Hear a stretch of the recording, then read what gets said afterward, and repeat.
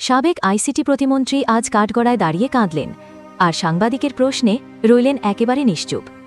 বুধবার ঢাকার chief metropolitan magistrate আদালত যাত্রাবাড়ি থানার একটি হত্যা মামলায় সাবেক প্রতিমন্ত্রী পলককে গ্রেফতার দেখানো হয়।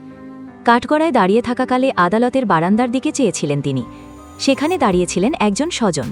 ইশারায় কথাও বলেন পলক। এরপর হঠাৎই কেঁদে ফেলেন। নিজের ডান হাত দিয়ে চোখের পানি মুছতে দেখা যায় তাকে। প্রশ্ন শুনে একবার তাকালেন, কিন্তু কোনো জবাব দিলেন না। সঙ্গে ছিলেন আরও পরিচিত মুখ, আনিসুল হক, সালমান এফ রহমান ও দীপুমণি।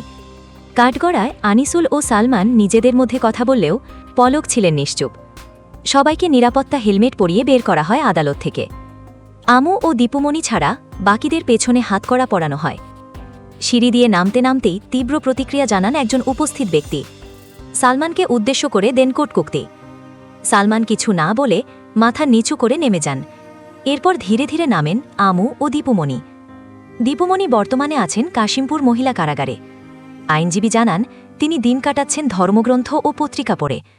এ যেন একসময়ে ক্ষমতার শীর্ষে থাকা মানুষদের নীরব প্রত্যাবর্তনের দৃশ্য। একসময়ের আলোচিত মুখ আজ কাঠগড়ায় নীরব। প্রশ্ন এখন শুধু আপনি কাঁদলেন কেন? এখন প্রশ্ন, এই কান্না কি অনুশোচনার নাকি অনিবার্য পতনের স্বীকৃতি?